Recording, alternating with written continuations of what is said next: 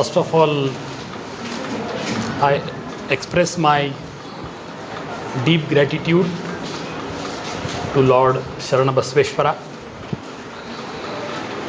who has also blessed Professor Patil sir to come up with this recently published epic, and probably because of this only all of us are here. A respected chairperson of the session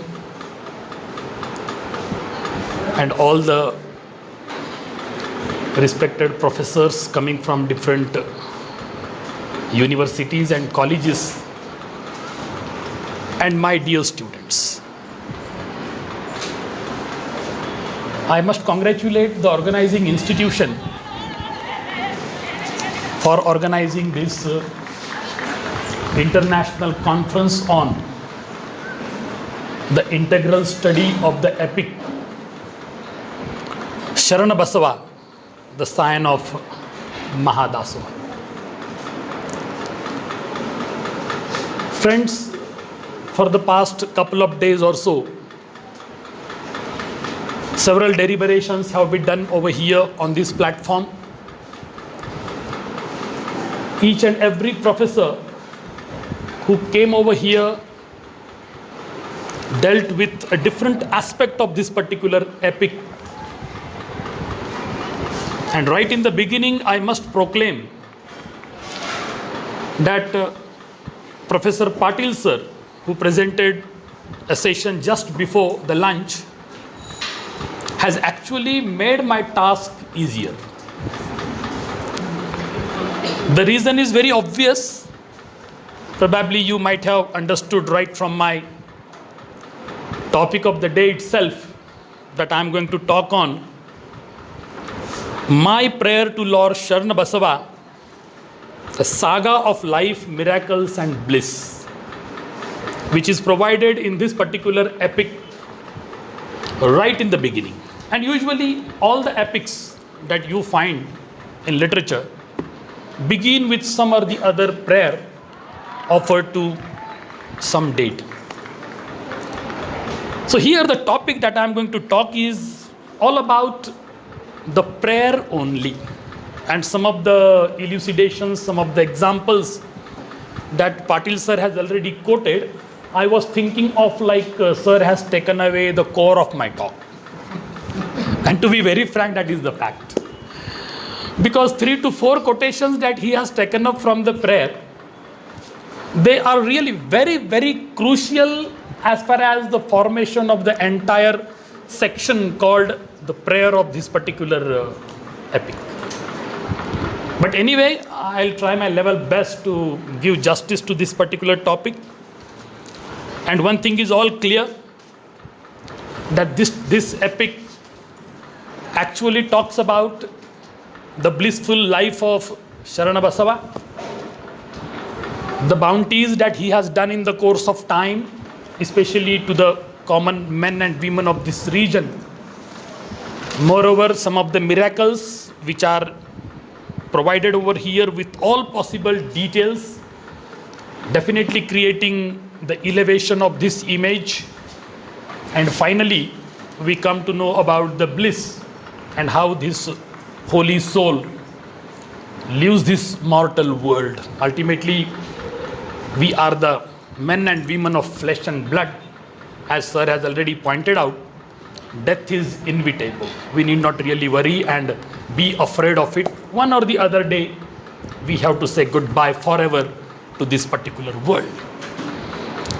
But as a matter of fact, when we talk about this particular epic, you will also realize that this epic, as you have the conventions of other epics as well, whether it is in Greek literature, Roman literature, English literature, or even Indian literatures, I would say.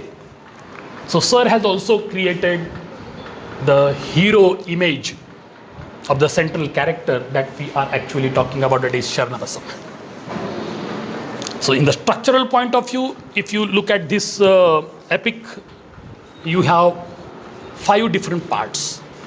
dealing with, if somebody could help me, just go proceeding with the subsequent slides. So this particular epic has 5 different parts, and all these parts are divided into cantos. Like there is no equal, division of the cantos as such, depending on the requirement of the specific part. Sir has deviated the numbers over there.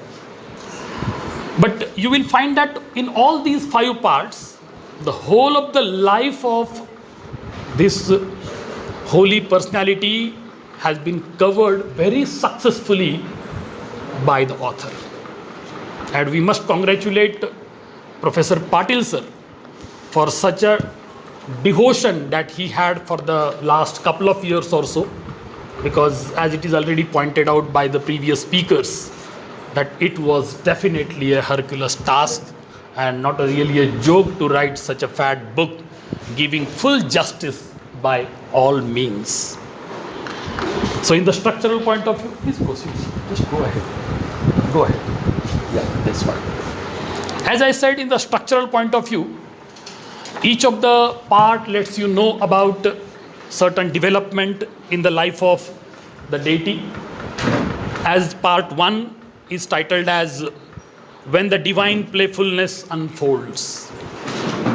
And just before we talked about the several episodes which are discussed by respected Patil sir in his presentation before this lunch hour. Second part talks about the fruits of divine play. Part 3 talks about the departure to Parvatabad. Part 4, that is the core of the whole of the epic, and I think due respect and due credits are also given in the form of maximum number of cantos. I think 28 cantos are there in this particular part, which is titled as Miracles After Miracles at This Place. So we should really express our gratitude that all of us are sitting in such a sacred place where this man has contributed immensely for the elevation of the standards of the common people and leading their life to some spiritual glory as such. And finally, you come with part 5 that talks about the miracles after merger into the cosmic soul, the exit of this holy man from this mortal world. So this is a kind of text that you will definitely find that the author has put in his very, very sincere effort in order to create that central character in such a way that everything related to him, before the birth, after the birth, and even after the bliss, the kind of influence that his ideology has on the people like us. Why do you talk about his ideology and his bounties to the common people after 200 years or so?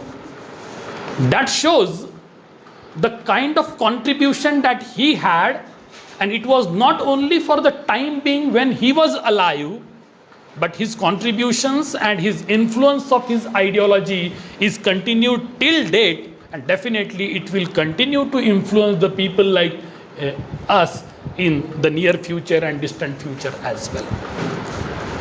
So coming to the main point, if you really look at the prayer, which is the actual core of this epic, I would say. As earlier it was discussed, like the epitaph also, or the epilogue also gives certain account of certain things. But when the poet begins with the prayer, he also provides you an account of the greatness, bounties, philanthropy, miracles, and the sainthood that he has attained in the course of time. In one of the discussions earlier, actually I had an objection, but we did not have any interaction sessions. I noted down on a piece of paper somewhere. See, sainthood is not really the outcome of an individual's performance. Unless your performance, your contributions, and your attainment of spiritual glory reaches to the common people, you don't get the sainthood. Because anyway, you will come, you will perform and you will exit. As William Shakespeare has already said, what are we? We are the actors and actresses performing in the drama of the world. We got a stage, we have an entry, and definitely we will have an exit. Day or tomorrow or day after, some other day, we have to move. But the thing is, the person gets the sainthood only because of the recognition given by the common people of the time.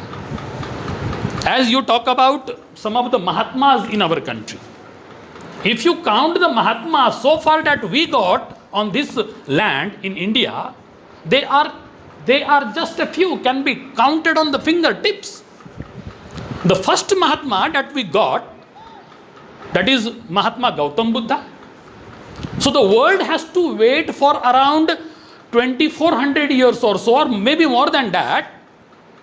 Then we got Mahatma Basveshwara in the 12th century, and later you come down to the 19th century where you find Mahatma Phule, and then the Mahatma Gandhi, the Rashtrapita, the father of the nation of our.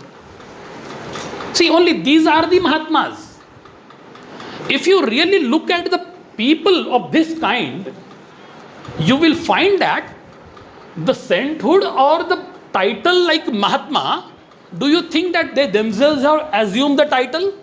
As I complete my PhD, I can apply doctor before my name. Did it really happen? It will never happen in any case. So probably when you talk about this particular epic, you will also find that Sharnbasava, he got the credit of being a saint only because of his bounties, his contribution to the society, his inner feeling of doing something extraordinary for the elevation of the life of the common people around. And that's why he is also recognized, and the poet has really given a full justice, not only in the prayer, but in the entire epic. But I proclaim here that I could not read out the whole epic. Some of the identified cantos and parts I read, but I assure that at least in another couple of months or so, I will complete it. And I also promised Professor Patil sir that if at all I could get a good candidate who is ready to work on philosophy, I will suggest him to do PhD under my guidance on this particular topic. Because in the language point of view, in the thematic point of view, whatever approach that you want to apply, whether it is the contemporary, latest 21st century critical approaches or 20th century approaches, on any of the grounds you can evaluate this text and come up with your own conclusions. And actually I was highly impressed by the symbolism in this particular epic. So probably I will suggest my scholar, if at all somebody is ready, to do research on the symbolic elements or symbolism as very effectively used by the poet in this particular epic. So it is not just to please you, sir, but I am telling you right from the bottom of my heart, in your absence also, when I received this book and went through some of the cantos and parts, I discussed with my colleagues in the department that see, probably this is the recent one and probably a unique one of this century. No other epic is being published in the last 22 years or so. So probably this will definitely have certain value, not only in the publication market, but as far as the elements of spirituality and mysticism is concerned, definitely it will contribute immensely. So my presentation actually talks about the prayer only, and I try to just critically appreciate and analyze this particular prayer. In fact, the entire prayer content I may not be able to process, but some of the identified, the stanzas or the lines from this particular epic I have taken up, and I will try to explain that. So coming down to next, ma'am. If you listen to me carefully, you will identify like what are the things going on. Go ahead. Yeah, let it be this way. Go back. One step, that's it. So that the content will be available there on the screen for the audience. See, Honorable Patil sir has already discussed a lot about it. And here, these, terms, especially the two words, thy Sharnbasava and my Sharnbasava. But before I talk about these words and having a sort of repetition here, I would love to talk about the possessiveness shown by the poet. Possessiveness, I am using a word, possessiveness. How?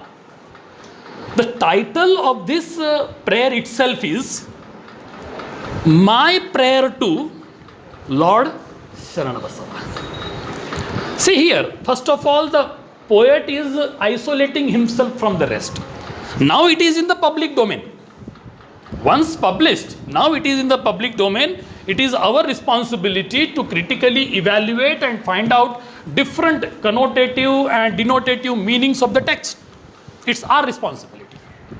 But as far as the title is concerned, sir has clearly pointed out that my prayer to Lord Sharnbasava. So the word my indicates possessiveness.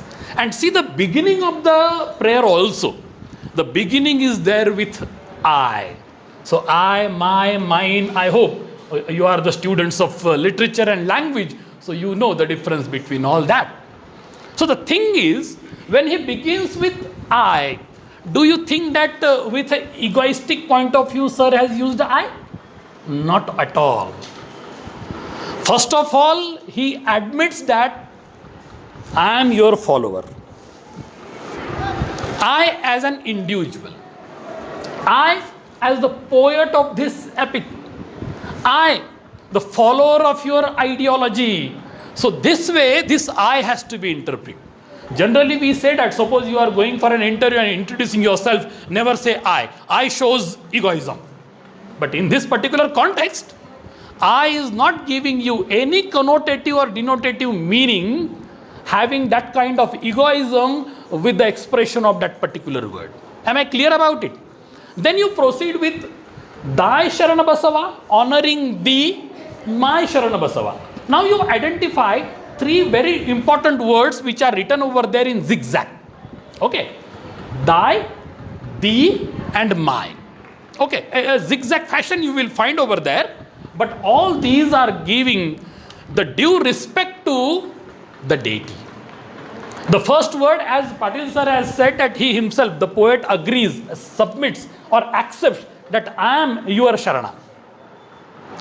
Okay, I cannot really come to your level, the stature, the standard, the glorification, the spiritual glory that you have attained.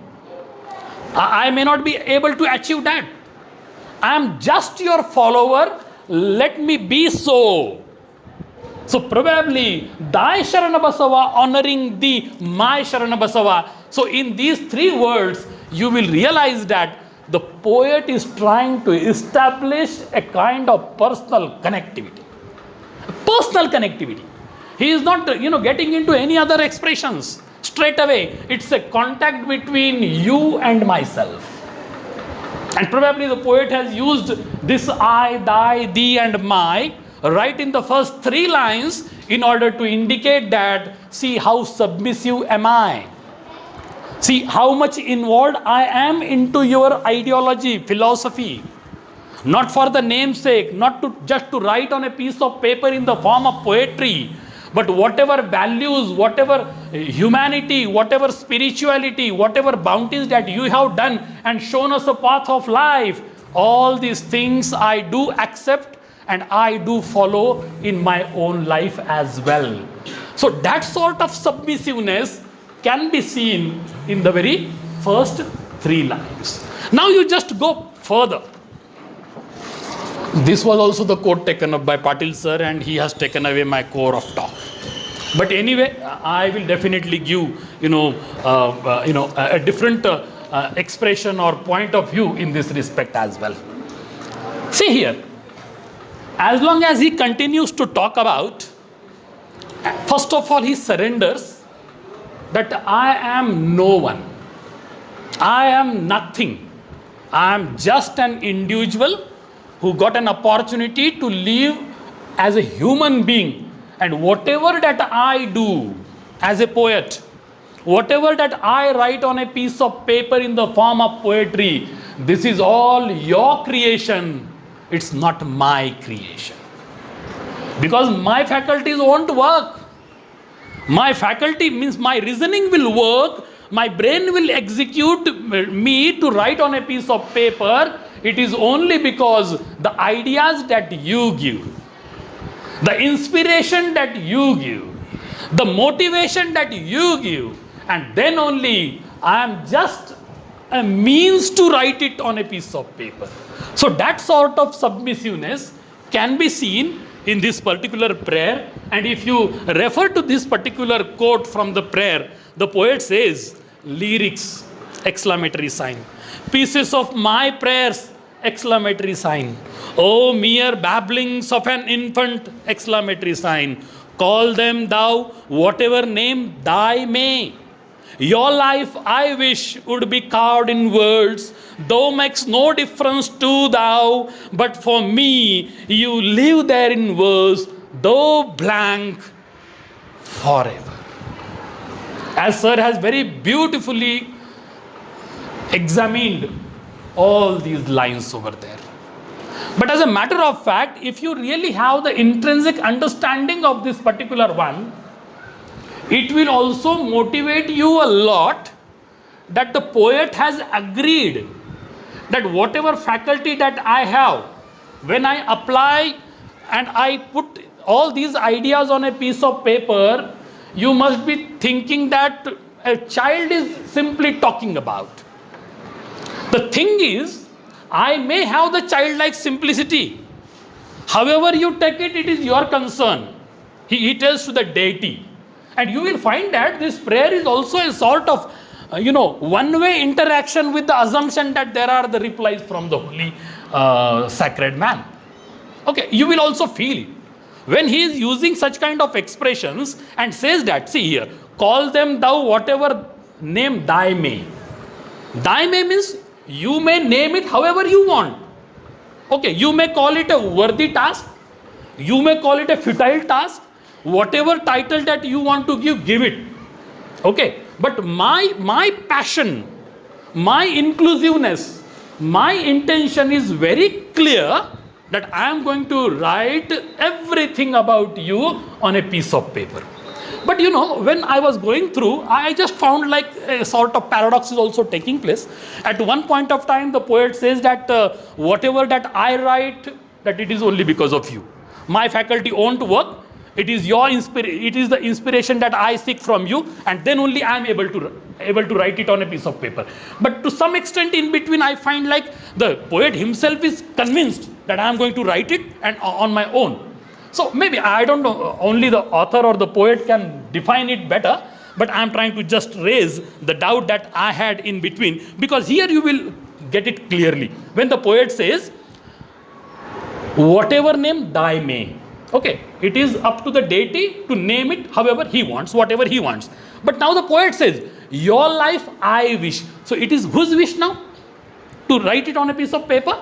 It is the wish of the poet.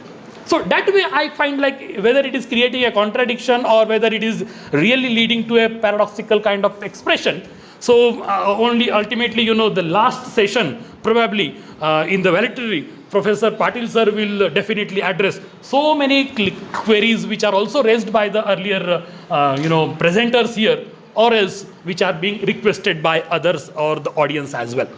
So here the poet says, your life I wish would be carved in words. It means I want to write in the form of poetry, I want to write or I want to compose this epic.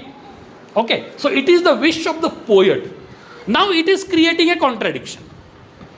Is it the result of the inspiration, or is it the result of the motivation which is spiritually given by the deity, or is it the outcome of the wish of an individual? So it is up to you now, how do you analyze all these things? But here the poet again agrees that I don't, what he says, you see now, would be carved in words, though makes no difference to thou. So whatever I do, whether I write it on you or not, Okay, whether such kind of poetry will be written upon you or not, that will not affect any way to the deity. Suppose you call somebody great, is it really changing the stance or the position of an individual? No. The contributor, the person who did bounties to the society, the man who has already attained the sainthood, he has already elevated and glorified his life. There is no question that somebody like you, me, or even Patil sir talks about the greatness and he becomes great. It is not like that. Probably the poet is taking that way, and when he says, your life I wish would be carved in words, that is my will and wish, though makes no difference to thou.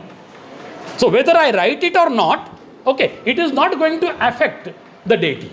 It will not make any difference over there, but for me, because I wish to write about you. But for me, you live there in verse, though blank, forever. See, the poet talks about the eternity. I think we are not immortal, as already pointed out right in the beginning. Okay, as we got birth, it means death is inevitable. No one can shun death, not at all. So likewise, here also the same thing happened in the life of the deity as well. He also took birth on this mortal planet, and he also made his own exit with lot of bliss and spiritual glory in life. Okay, but the thing is, when the poet says, like, but for me, you live there in verse. Anyway, you are there in the heart of everybody, irrespective of caste, creed, religion. Because that was the major fight that Mahatma Basveshwara had here before 800 years or so. He wanted to eliminate caste, creed, religion and all these differences that we people have created. He also fought for the same in the course of time.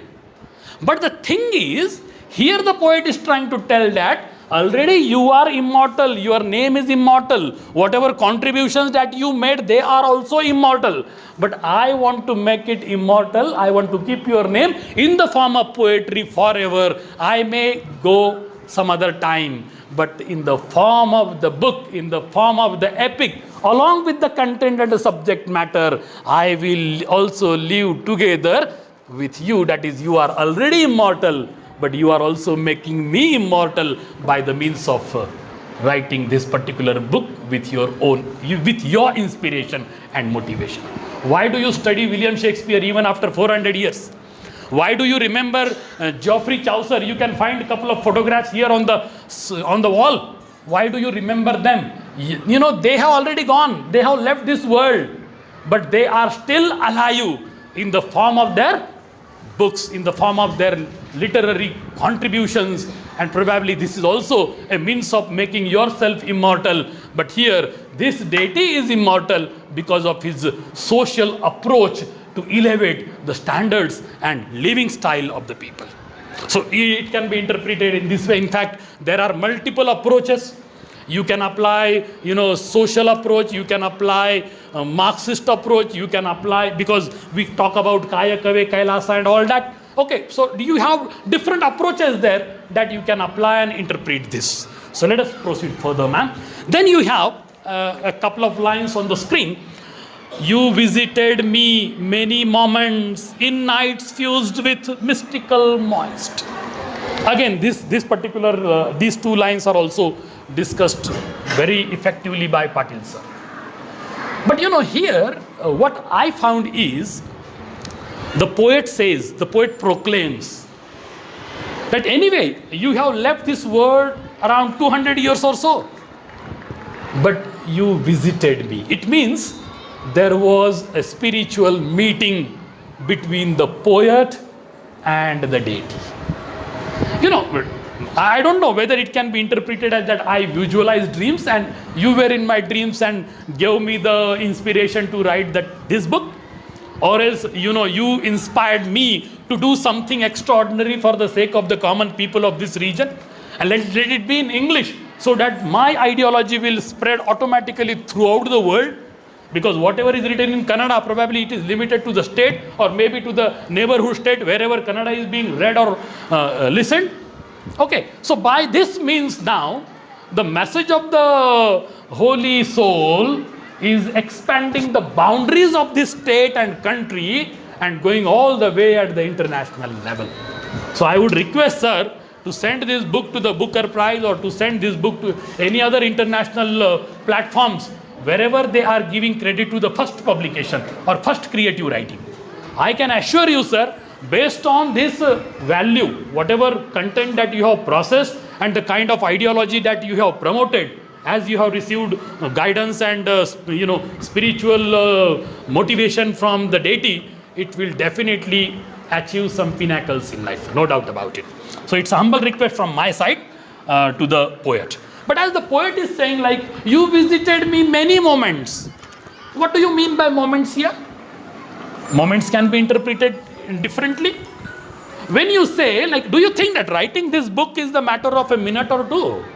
Is it a matter of a day or two or a month or two? Already sir has mentioned in his preface that he wrote it for a long period of time, like 24 months or so. But before writing it, if you count his own studies, whatever sources he gathered, he studied Kannada content, he might have studied some other language content also, which is wrote on the holy man. So while processing that data, okay, he might have taken another couple of years or so, then he came to the intellectual stance that yes, now I can write it down on a piece of paper. Because you know very well that reading makes man highly knowledgeable, but it is writing that makes the man perfect. So already we know this personality, okay, very charismatic kind of personality. So he has really come to this perfection level today after writing this particular epic, that is Sharnbasava, Scion of Mahadasoha. So friends, this moment can be interpreted differently, because whenever he was writing in spells, maybe one spell today, another spell tomorrow, some other day, in between he might not got certain ideas or that poetic creativity, he might be blunt for some time sitting idle, what to do next. It might have happened, sir, because very chronologically, probably the ideas would not have come out. The kind of language that you have used, extraordinary. Last night when we had a discussion before the dinner, so I told sir that your choice of words is perfect. I don't know how this vocabulary sir has developed and how these very identified spiritual terms he gathered and put it right at the place wherever it was required. So if you keenly, very minutely go through the text, you will realize that beauty of language. You know, once Mahatma Gandhi said, how should be a language? Language should have a childlike simplicity. When the person uses a language, whether for speaking or writing, your content should be processed with such kind of simplicity and lucidity that a small child should be able to understand you. So here, you will also find that. It's very simple, lucid, but appropriateness of terminology and words is very, very specific, that really enhances the artistic beauty of this particular text, of this particular epic. So now going further, so I would say, previous one, I would say this moment stands for that one. The time and again, the author had a dialogue with the holy man. He might have assumed, don't take it in the realistic point of view. If you apply the realism here, probably it may not, meet to the requirements as expected, right? Because few imaginative things you have to exercise as far as writing task is concerned. So probably the poet may have that sort of thing also. And these are the, interactions between the deity and the poet, and that's why is the outcome of this particular one. Then you have thou carried out within you, giving glimpses and flashings. Just few dots there, it means some part is skipped there. Succulent were those moments as I love them from inside and carry them within, covering them with shades of my heart. See the kind of expression which is made over here. If you read this prayer, it's a very short one. Please, my humble request to everybody. Okay, you might have read the whole book or some of the cantos there, but many people skip the prayer. And probably that was the reason that I thought, okay, I'll either go with the epilogue or else I'll go with the prayer only. But to my shock, the moment Sir started, I thought, oh no, Sir also thought on the same line because our frequency matches. It matches for the last 7 years. Okay, when I visited his college, maybe around 2015 or 16, and there were some deliberations on women writing. So that was the first time that I happened to meet Patil sir, and I was really very well impressed by his personality as well. But anyway, that is a different story. But as a matter of fact, when you really talk about this prayer, you read it in continuity. Actually, when I read it for the first time, I found it very impressive. But in between, several things I could not really understand in the first throw. Then as sir said, like he kept on reading again and again. I read it for 5 to 6 times in order to understand the actual pulse of thinking or actual pulse of the entire book. Then I realized that when I had a glance on all the cantos, I read at least the headings of the cantos, and I could browse a few, identified some of them. Okay, then I realized that this prayer is also giving you everything that you really find in the book. Okay, directly or indirectly, it is providing you that sort of material as well. It talks about the arrival of this soul. It talks about the bounties. It talks about the miracles. It talks about the bliss. But in a very oblique fashion, all these things are incorporated by the poet in between. You may not find it directly. Okay, it's not a direct approach, but it is the indirect approach, and he made it like first person, second person. You don't find any third person there now. Right? So that sort of beauty of this language is also available there, or you can go through with all possible minor details. And then the poet here says, succulent were those moments as I love them from inside. So whatever contributions that you have made for the humanity, right? The poet is going to admire it. The poet is going to appreciate it. And of course he agrees that whatever that you have done, it was not for my sake, it was not for any one particular sake, it was for the whole of the humanity. Because you know very well that Sharnbasava was the votary of Shiva, and then he was the votary of Mahatma Basveshwara. Whatever ideology of Kayakave Kailasa, or you have the Dasoha, Dasohi, all these concepts have been very thoroughly adopted by this deity, and he did not only adopt, he has exercised in life.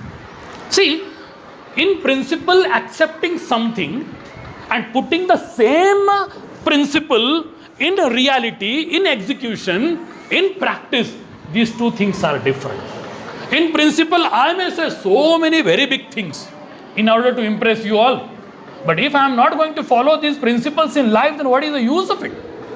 So likewise, if you see the whole life of Sharnbasava, you will find that whatever that he said, he implemented, and whatever he implemented, vice versa he said. So that sort of, very active line of thinking and practice you will find in his life, and probably the author or the poet is also going to admire that, and he admires it not for the namesake, not for the poem's sake, but from the bottom of his heart, because whatever respect, reverence that he has shown it, and he has always expressed it time and again in order to do so. Now just switching over to the another slide, here you have, see again, first person, second person, only I, you, I. This sort of thing is going on in the entire prayer, I would say. Here the poet says, you love planet this. It means you love this planet. Okay. You love planet this. So also does the earth you. See here, see the kind of beauty that the poet has adopted, especially writing this 3 verse. When he says, you love planet this, it means he loves each and every human being living on this surface. Each and every mute animal that you find around on this surface. He loves each and every flora and fauna that you find in the surrounding. This is the, very cosmic meaning or a vast meaning of the word earth. If the poet would have said, you love the human beings, it means probably he might not have love to the animals, or he might not have love to the planets, other creatures in this world. So he has used only one particular word, earth. Whatever is the part and parcel of the earth, whether the animate things or inanimate things or living things, non-living things, organisms, whatever it may be that you call in the physical point of view, okay, all these parts and parcel of the earth are counted over here. But you see the next line now, how the action reverts. Here, the poet says the deity loves the earth, and in return, the deity gets the same. When the poet says, so also does the earth you, it means it's a reverse action. I would not call it action only, I would call it pro-action. Because I hope you know, like there is action, reaction and pro-action. Reaction will be always negative. Pro-action will always be positive. Suppose I have headache, if I consume a tablet, if the tablet is going to reduce my pain, it is pro-acting. But unfortunately, the tablet that I have consumed is already expired. So it will lead me to another stage of headache. I may not be able to tolerate and stand here. I should get rid of the place and move away. Right? It means it reacted. So action, reaction and pro-action, when you get the positive results, that is pro-action. When you get the negative results, that is reaction. But always we are in the action mode. As a speaker, now I am in the action mode, I do speak. Now you are at the other end, receiving end. So you are listening to me, you are also doing your own action. Right? So this sort of reciprocal action is going on. If the result is positive, mine will be the pro-action. If your result is positive, your understanding, comprehension is better, yours also pro-action. But here, when you talk about these two lines, you love planet this, so also does the earth you. So the love, compassion that you have shown for the earth, the similar return you got. That is what is the thing, that you loved each and everything and everybody here. Likewise, everybody and everything has also gave you the same in return, that too with multiples, not single. Right? So this is the probable meaning of this. Then shooting stars falling on the earth are like kisses on your forehead. See, again, it reaches to the another pinnacle of expression, See, whenever you see the falling star, immediately you start expressing something. I don't know whether it is the belief or disbelief or the superstition kind of thing, but many people do that. Okay, so probably you may remember the moment you say like falling stars. Okay, falling stars kind of expression. So here, this is not of this kind. Here the poet is trying to tell you that as you had compassion, sympathy, love for the upliftment and the elevation of the common people, you also got the same showers from the other end. So this way, the poet is trying to present it in front of you all. And then in the next expression, the poet says, how do I pray you? Now there is again a question. You find a question mark there after this particular statement. Again I go back to, in the beginning the poet says, this is you, that you inspire me to write. Then in between he says, it's my wish to write something on you. Now the poet raises a question, how do I pray you? How do I offer my prayers to you? How do I write? What do I do? Okay. So here the poet is in dilemma. Probably the poet is in dilemma, what do I do? That's the reason that the poet says, how do I pray you? Now you see, he is really short of something, which is explained further. The poet says, I find way inadequate. So ways are inadequate to pray you. Next, forms insufficient. Shall I write in poetry, prose? Shall I write epic? Shall I write blank verse? Shall I write free verse? What do I do?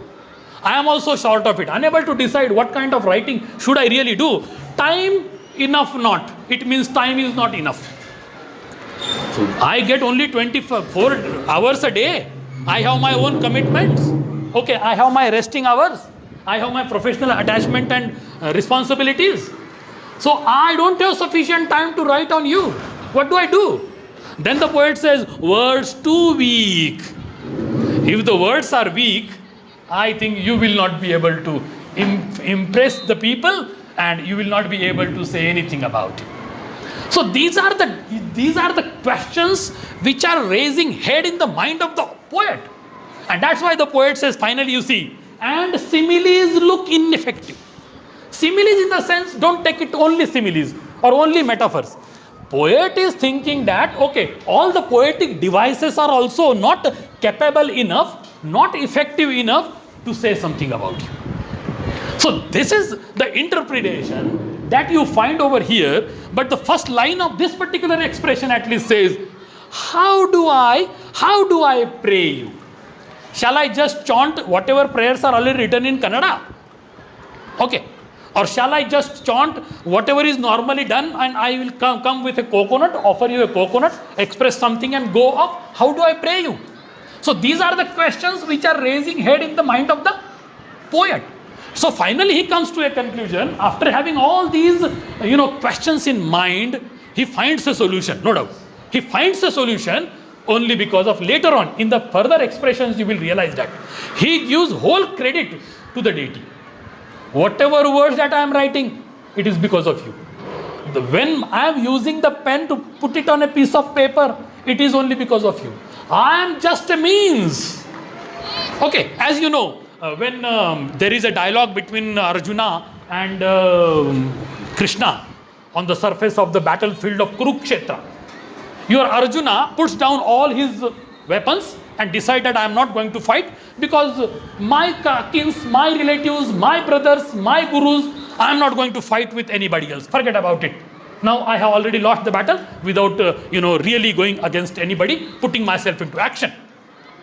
And then probably the preaching of Lord Krishna when he says, Karmanneva adhikarasya ma phaleshu kadachana. Mind it well that you have to perform your duties. You have to perform your karmas. Be karmavadi, not daivavadi. Don't simply leave everything on divine. Okay. See that what you do is more important. Now, in order to establish dharma here, now in order to establish some good values here, you have to fight against your brothers, against your gurus, against your akins. There is no other go. Perform your duty and just see what result comes. Don't bother about the results. It doesn't mean that, suppose, it's not like poetic justice is everywhere. Poetic justice in the sense, if I do good acts, something good will happen to me.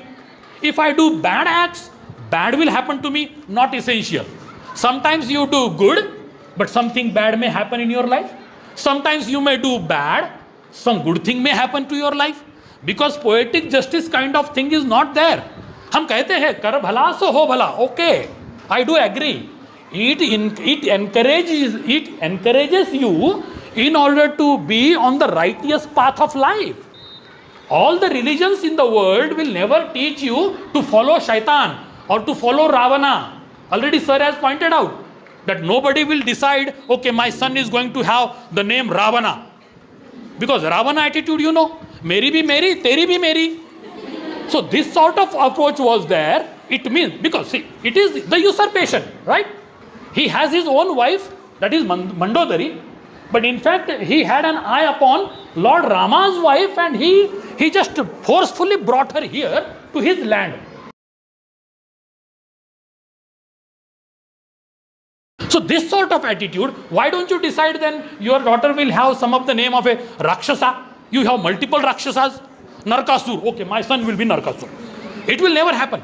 You want your son or daughter's name to be on some or the other deity or a saint with a belief that if 1% of it will reflect in this personality, will be great. In Maharashtra, this Vitthal is a very common name. Okay, as you find some other name here in Karnataka or in South, Venkatesh is a very popular name.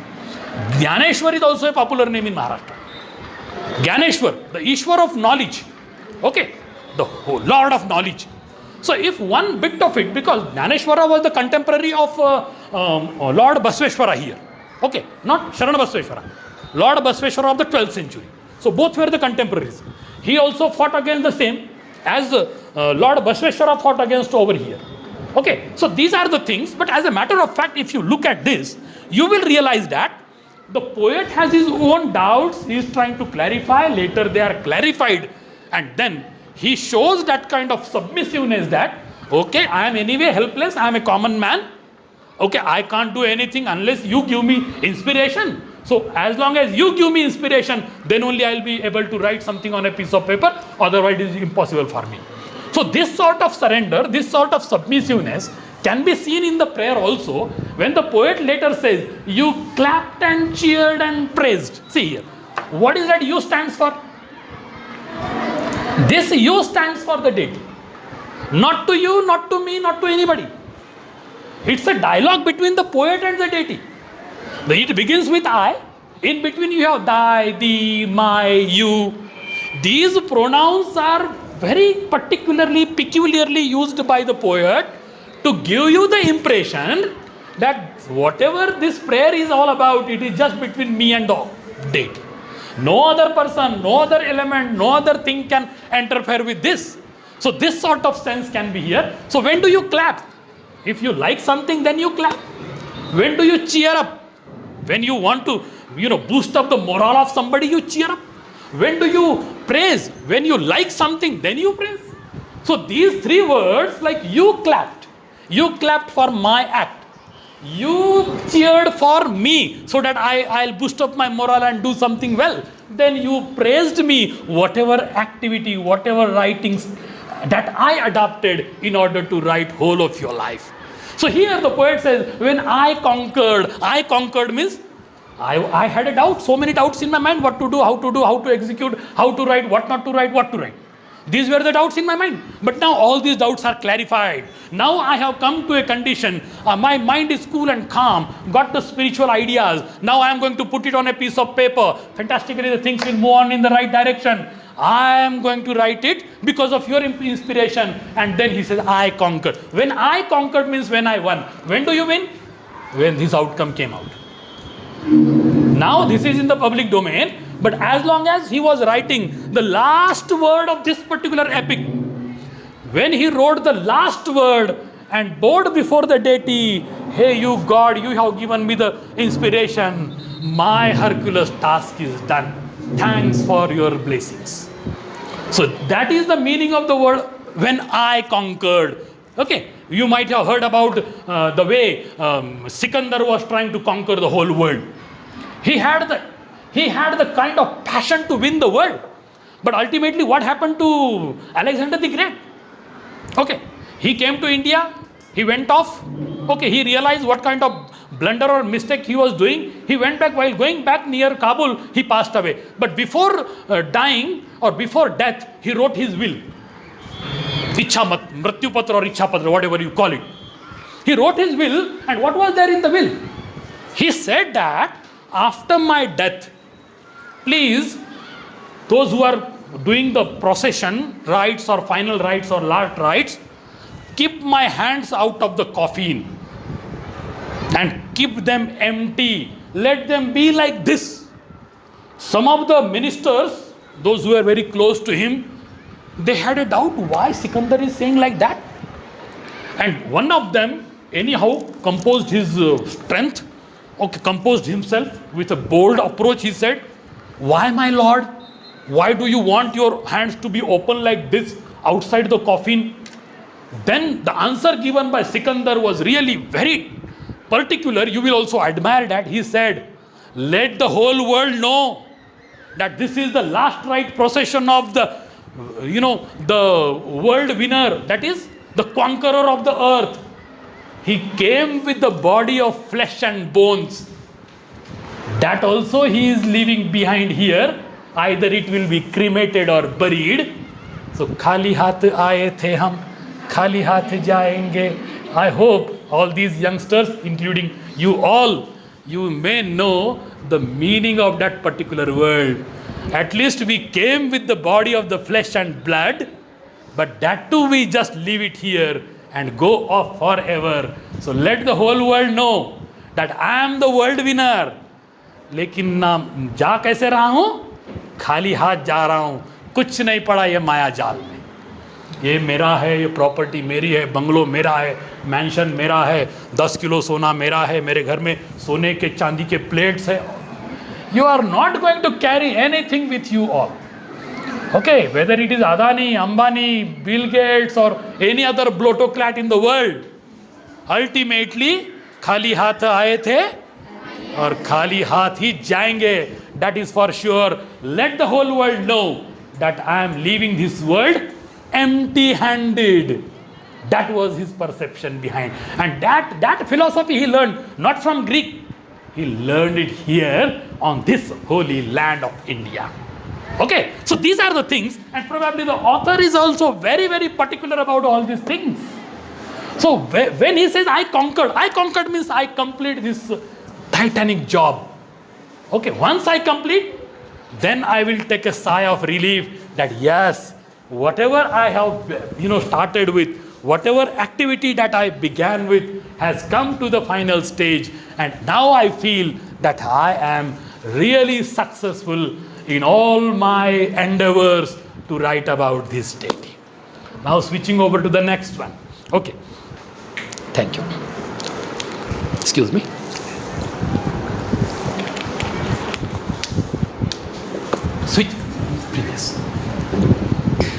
Switching over to the next one. See, this expression is very typical. Okay, particularly identified from the prayer.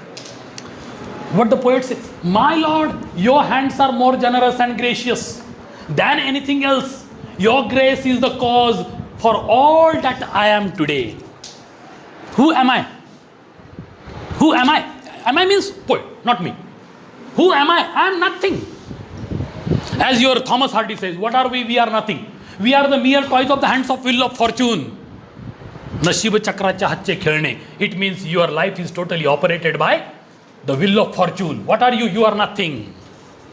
In some other philosophy, it is said like, our life is tied with the thread to the toes of some or the other god, and he operates us. There is a Chitragupta or Chitrasen who has written our life, whole story of our life. Probably Sir's story is also written by, and there is this landmark, the publication of this book, honoring and respecting all possible gratitude to the deity. Epic. If you believe in that kind of philosophy, but I don't believe in. Okay, we do believe in Karmavada only. This is the life. We don't know about whether there is any other next life or not. Okay, as Lord Basveshwara has already said, Swarga bhi yahan, Nark bhi yahan. Don't see that you do something good and after death you will go to heaven. You do something bad and you go to hell. No. It is you who decides how to make your own life.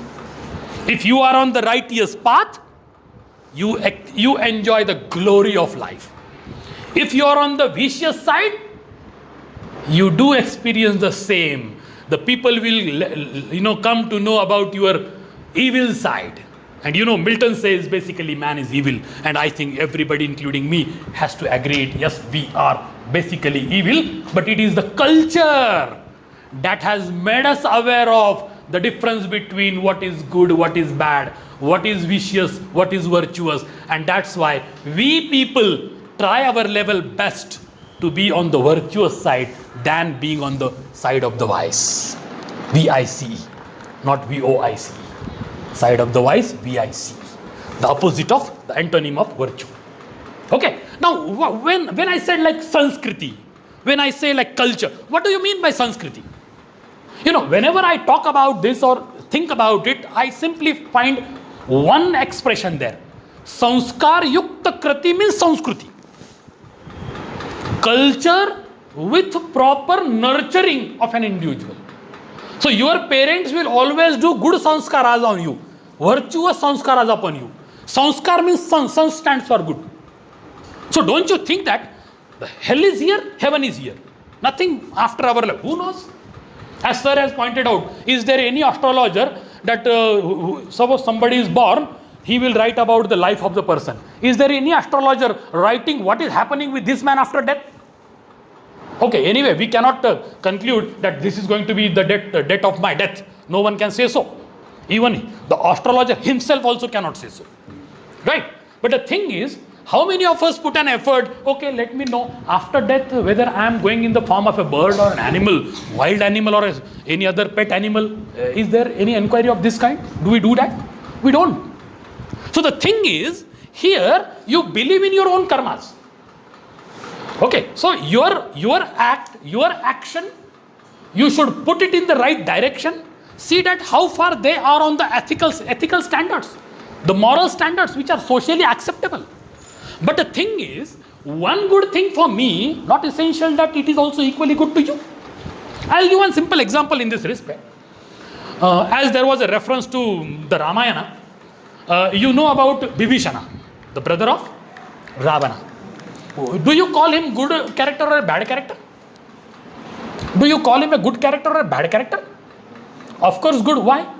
Because he helped our Rama, I am using the word our into doubles. He helped our Rama. That's why we find that this is a very good character. But now you imagine for 1 second, you are a Sri Lankan. You are not an Indian now. You are a Sri Lankan. Think of it. Now you say the person who goes against the king or against the country is called a traitor. He didn't go against the country, sir. He was sent off. Anyway, see, it's a again debatable matter, sir. Whether he was sent off or he was driven out, but you are the product, you are an individual of this soil. You might have lost your position, you might have lost your claim in the property or share in the administration, whatever it may be, but still there is a perception in Sri Lanka. What kind of perception? That whosoever goes against the brother is not fulfilling the expectations of being a good brother. Second thing, if you go against the country, then you will be called a traitor. So this interpretation is there. Okay, as sir has an objection in this respect, I think after my presentation, definitely I will take your call, sir. No doubt about it. Okay, so it may be having a different opinion in this respect. But if at all suppose somebody is doing against our country, what do you call them? Call him or her? Traitor. So this sort of interpretations are there. My point is, if I find something good here, not essential that on the other part of this world will have the same perception. Okay, suppose I go to America, I am at the exchange counter, means something I purchased and I am there, and unfortunately there is a lady or a gent belonging to black community. Okay, if I don't, if I just take out some dollars and leave it on the table, immediately the person may feel you are doing racial discrimination. You may be sued in the court of law. That possibility is there. But in India, whether you touch somebody and leave it on his hand, no problem. If you leave it on the board, no problem. Whether you touch it or not, no issue. But such sort of happenings are there. So many cases have been registered by the Negroes over there in America. I read about it. Okay. So the thing is, something good that you have, not essentially that the same will have the similar value or interpretation in the other land. So this is my point. So the point is, when the poet is talking about all these expressions, you will realize, my Lord, your hands are more generous and gracious than anything else. So it's a comparison made by the poet. He is making a comparison. See, don't take these hands independently as the hands of the deity. Hands in the sense, his whole of his life. Did he live for himself? No. He renunciated whole of his life only for the betterment of the common people in this surrounding, this region. Okay, so here when you say, my Lord, your hands are more generous, your hands are more generous in the sense, your entire personality is generous. Your entire personality is gracious. Because of your grace, your bounties, your blessings, your generosity that you have shown to the whole of the mankind in order to elevate them spiritually, in order to elevate them physically, in order to make them empowered. So these things that you have done, that's why the poet says that, my Lord, your hands are more generous and gracious than anything else in this world. So this kind of comparison is being made by the poet, then says, your grace is the cause for all that I am today. Who am I? I am nothing. I was nothing, I am nothing, I will remain to be nothing. But the meaning of life is to me because I have done this Hercules task. Now I got the meaning of life. Otherwise, I came empty-handed, I would have gone empty-handed.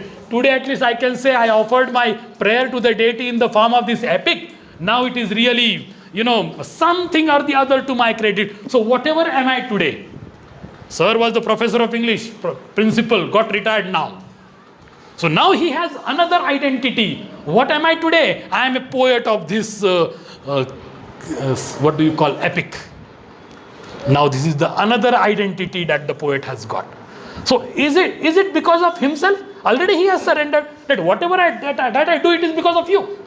So now it is again connected to the deity, and here the poet says, your grace is the cause for all that I am today. So whatever that I am today, whether I was an individual, okay, somebody's son, okay, then somebody's spouse, somebody's father, right? Then whatever academic contribution, professional contribution that I did. So all these things I could do because of you, and today whatever am I am in the form of a poet today. It is again the grace that I have really received from you. So this can be the possible interpretation of this one. Then moving towards the last quote of this prayer.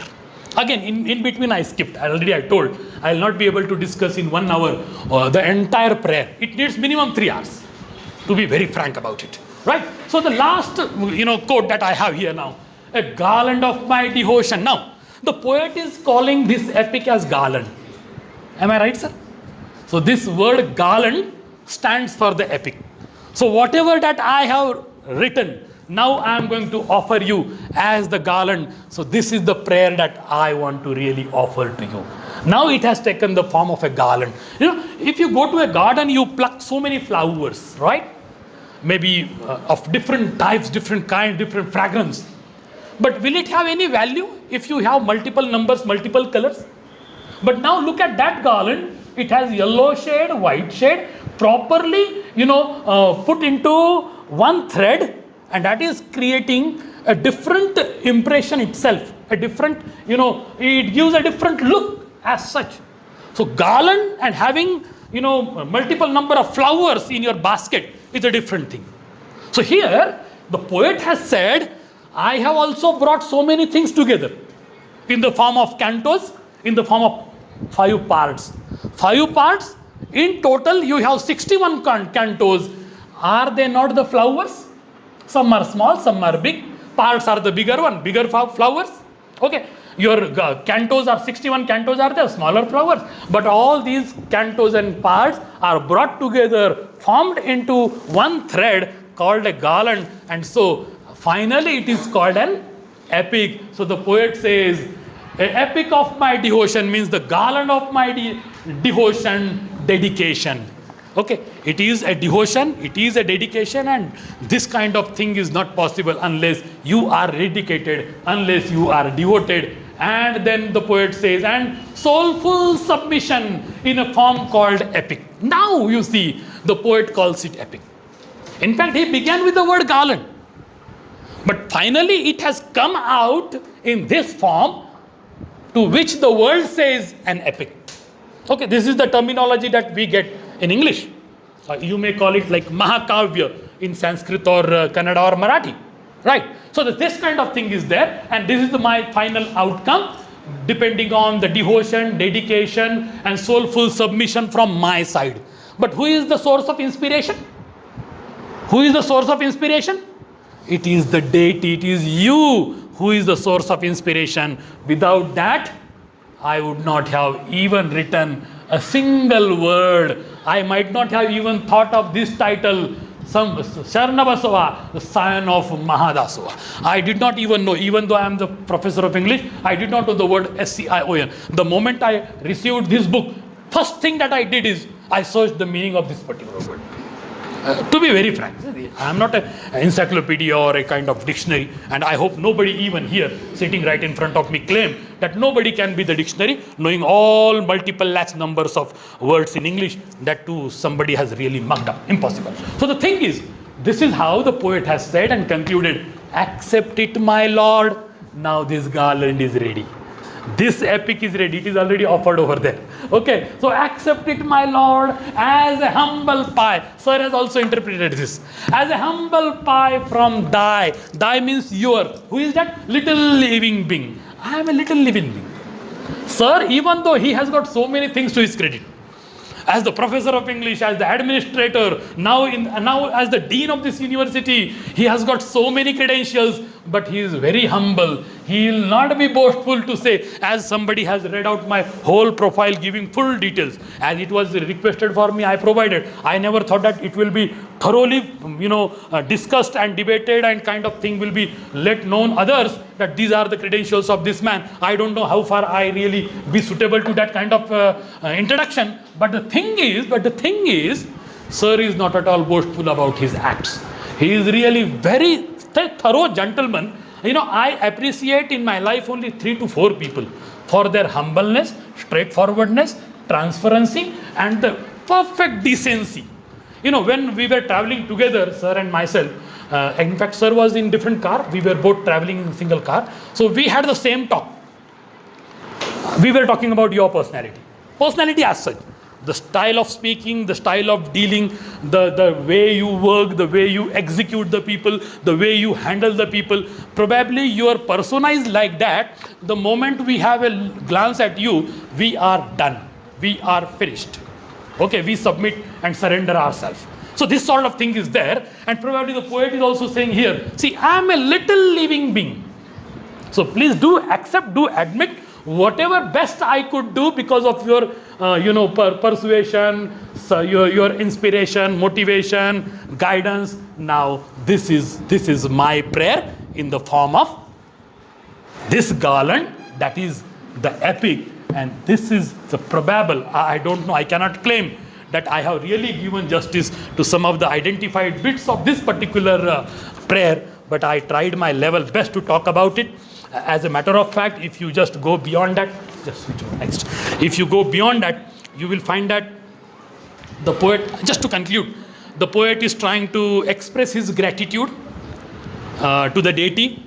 He says that I am really thankful to you for giving him good health. This word is there in his preface also, that the God has, or the Lord has given him the good health, cheerfulness, and this personality is already cheerful, no doubt. Okay, and then I could do this mighty work, this titanic work, this Herculean task, I could do only because of your blessings and your goodwill. Second, the Lord is also dedicated to him, he is also dedicated to Lord, and as a whole, out of the dedication of both, this outcome is there now. Indeed, what the poet has attempted and accomplished is, of course, commendable.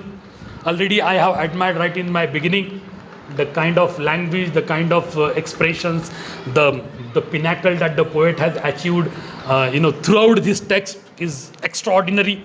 No doubt about it, whether you talk about the terms, words, selection of words, expressions, use of poetic devices, symbolism, whatever that you say about all these technicalities of this thing, that is extraordinary.